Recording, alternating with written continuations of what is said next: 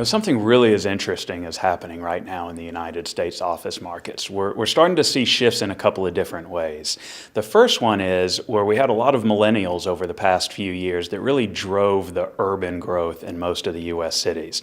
Well, a funny thing happened. Those millennials decided to get married and have kids, and so they're starting to leave the urban environment a little bit and go to the suburbs. But what's really interesting is they're trying to maintain that urban lifestyle in their suburban environment. And so we're seeing a lot of mixed-use centers, walkable amenities, transit-oriented developments, all happening in the suburbs. And so it's a great opportunity to look at suburban office in the U.S.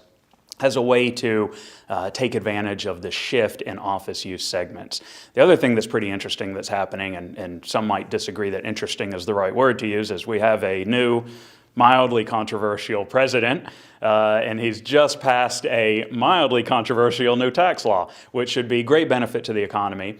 It might negatively impact some other things, but the reason for doing it is to grow the economy and to grow the GDP and put more money into the pockets of individuals. And so we're hoping to see that that will help also the U.S. economy in general and help companies grow. At ICM Realty Group, we're trying to take advantage of that by buying some underperforming suburban office buildings that we believe we can renovate, reposition, and turn into more Class A centers that meet the needs and lifestyles of today's office-using tenant.